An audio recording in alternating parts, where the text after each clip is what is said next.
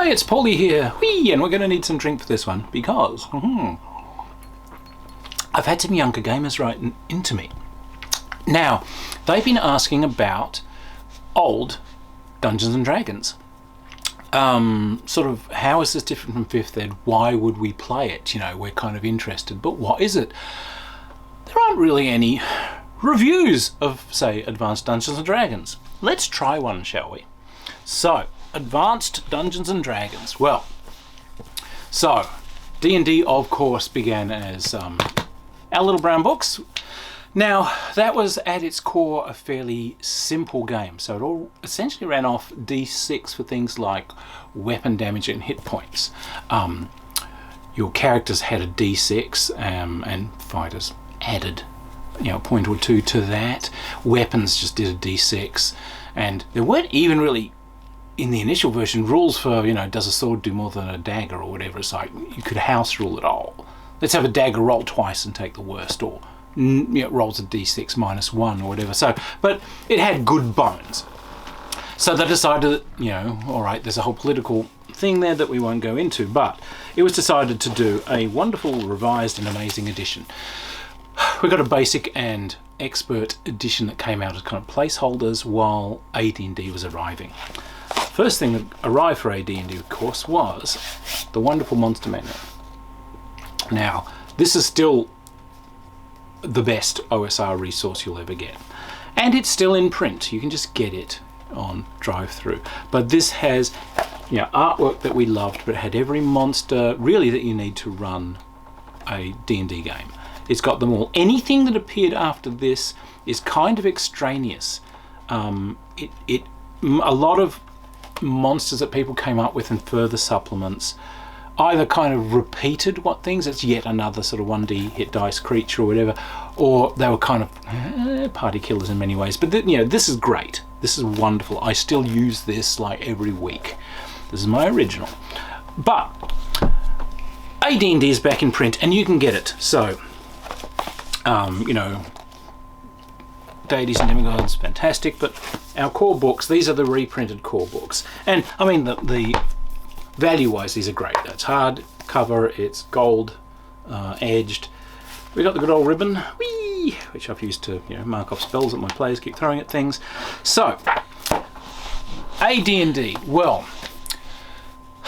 so you have a series of characteristics, of course, which are generated on 3d6. And they, in many ways, govern what you're going to be as a character, because the system uses classes of character that you can be. Fighters, magic users, clerics, thieves, monks, all these sorts of things are in there, but you get a bonus to the experience you collect if you have a primary characteristic above a certain level. So you want a strong fighter, which is their primary characteristic, because you'll get more experience. If you're awarded 1,000 experience points, it's miraculously 15% or 10% more. So you will go up levels higher. That's actually the primary input for these characteristics. What Advanced D&D brought in, and it's something that is now echoed out into many other games now, is that you'll get some bonuses to dice rolls if the characteristics are high, or you'll get some penalties if they're low. So strength gave you a bonus to your 2-hit roll and to the damage that you rolled. Dexterity gave you a bonus to your armor class because you're ducking and dodging and weaving, and it also gave you a bonus to firing missiles because they presume that it was all part of the same thing. And there were some strange little mechanisms for charisma and wisdom and so on. High wisdom let your cleric have more spells a day that they could cast, etc. So how in its core then is this different to later versions? Well, those characteristics don't really have a very direct influence on play.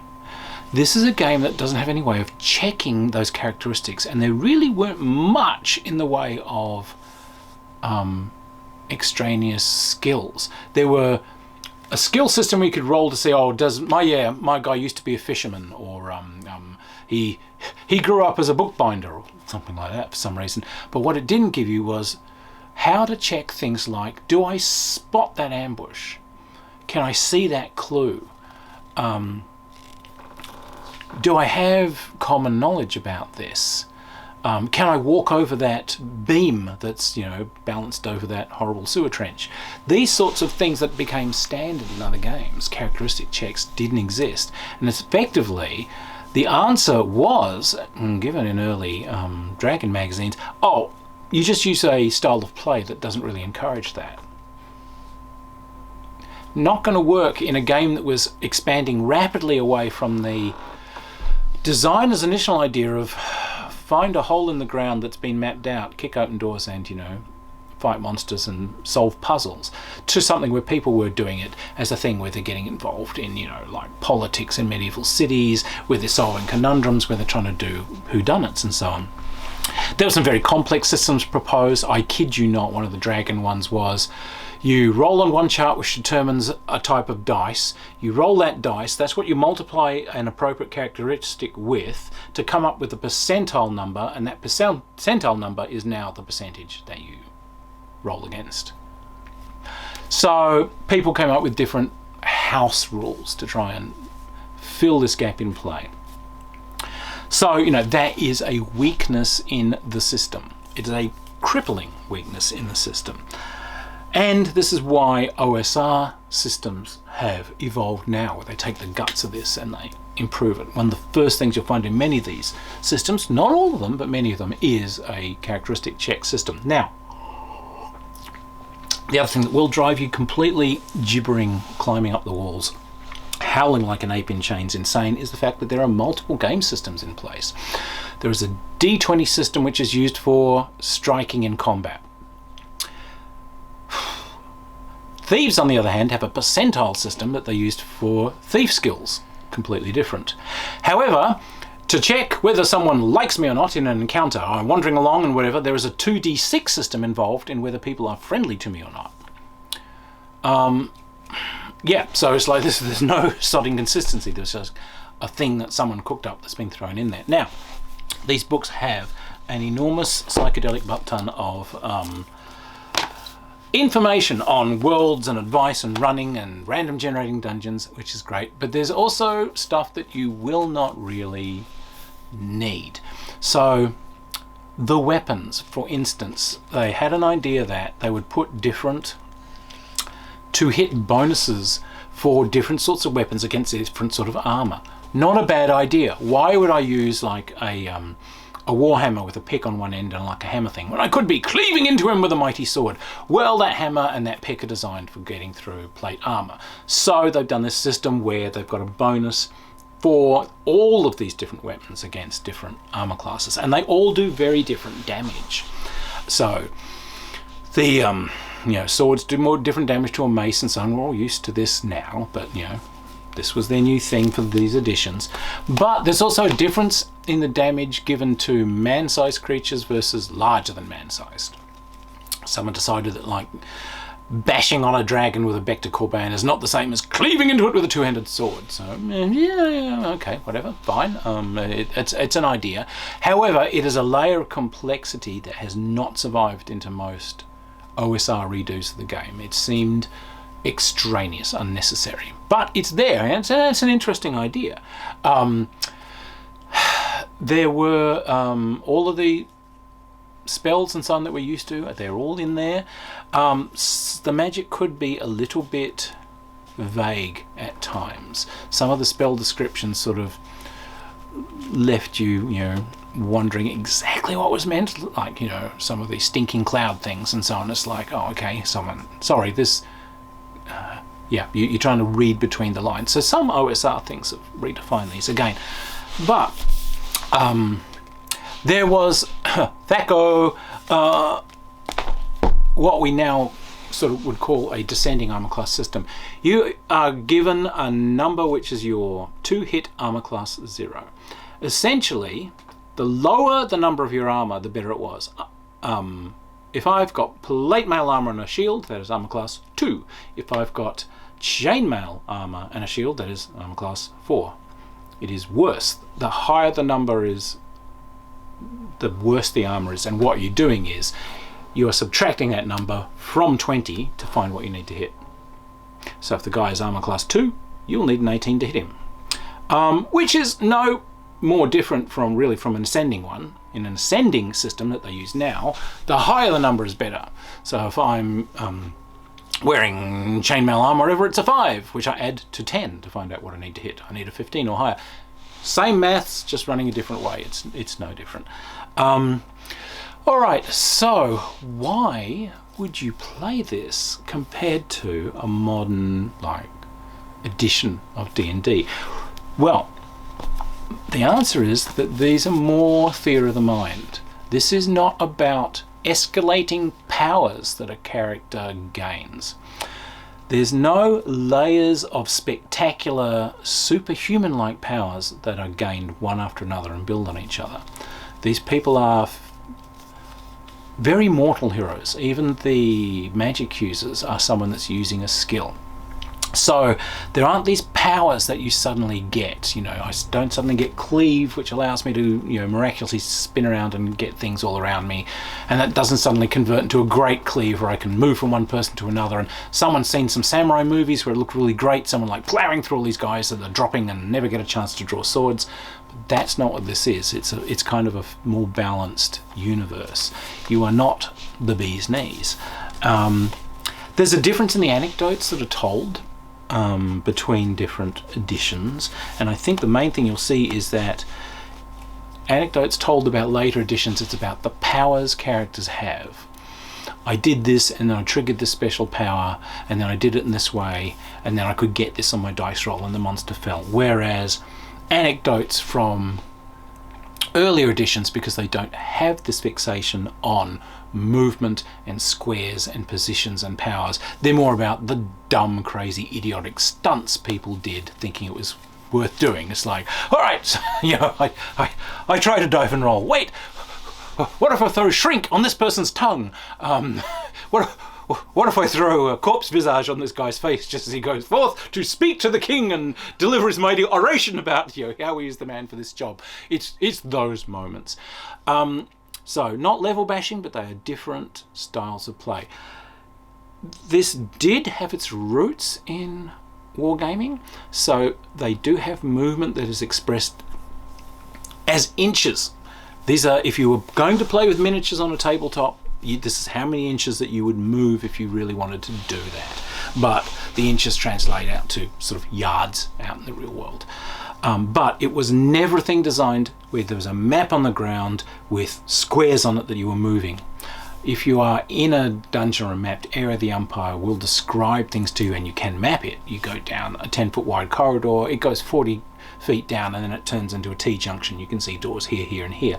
But it was never really designed for something where you would put miniatures on a table and move them a set number of squares and whatever. You can do that, but old school players would normally cock an eyebrow and go, why would you waste your time doing that? It's more theatre of the mind. And both styles have their strengths. I think the reason the very detailed map movement and very detailed power definition and escalation styles are popular at the moment is because you can play between different umpires and the game will always play the same. Whereas something that's more theatre of the mind is very, very dependent on the chemistry of the umpire and the players. They are way more making a story between themselves, and that universe has a logic that's kind of dictated by the people playing. There's not hard and fast rules about how everything is done. It is very much a story and a setting and a framework that you've made.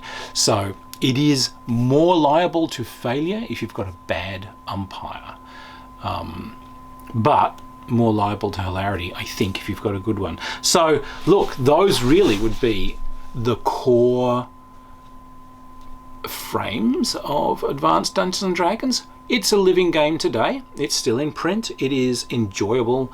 It is bright. It is fabulous fun.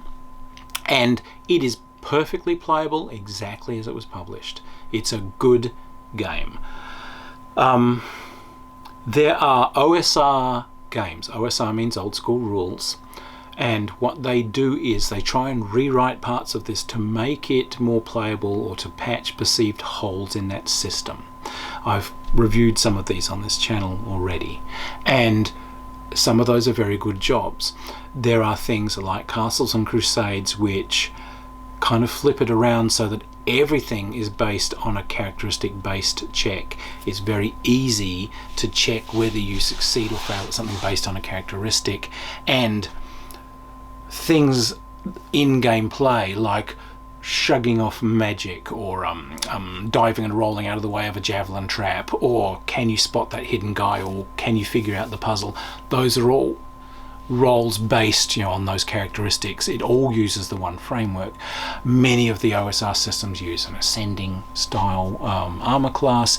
A great many of them also have removed that multiple game system and gone for one unifying game mechanic, which is just so much better an idea. But it wasn't an idea that broke the game. People handled it have handled it for 50 years. It's just, technically speaking, it's not good game design. We learned, but it's still great. I think Advanced Dungeons and Dragons has a charm to it, and that charm has never quite been captured by later editions. So I think that charm is worth preserving, and I think the old school rules redos are doing a good job both of preserving that charm but also building on it and turning it into some very interesting setting ideas. But look, if you have never ever played good old-fashioned advanced D&D, give it a shot. Like if you're a 5th edition player and so on, find some friends and give it a go. I think you'll find it's a very different experience, and it will change the way you play other games. I think it will bring a lot more of that to hell with the rules sort of imaginary input that I think a game needs to be lively, and particularly a game needs to be funny. So well worth it as a gaming experience. Even if it's not going to be your core game, it's worth playing it a few times to just open your mind, grasshopper. And if you're an old school player and you haven't played it for a while, look, we moved on to other games, but coming back to AD&D has actually been a hell of a lot of fun. You forget how bloody stupid it was and some of the ridiculous antics that you could do. So it really is worth diving into D&D again. So anyway, it is up there and available for sale. It's great, and there is so much support material. A lot of it you can just find free online. A lot of it is sold still on drive-thru and so on. So there is an infinity of stuff, and old wonderful game settings like Teagle Manor and so on. Of course, you can just pick them up and play them and just have the time of your life. So look, I really suggest grabbing Advanced D&D or its modern reboot of your choice and giving it a go. Okay, cheers.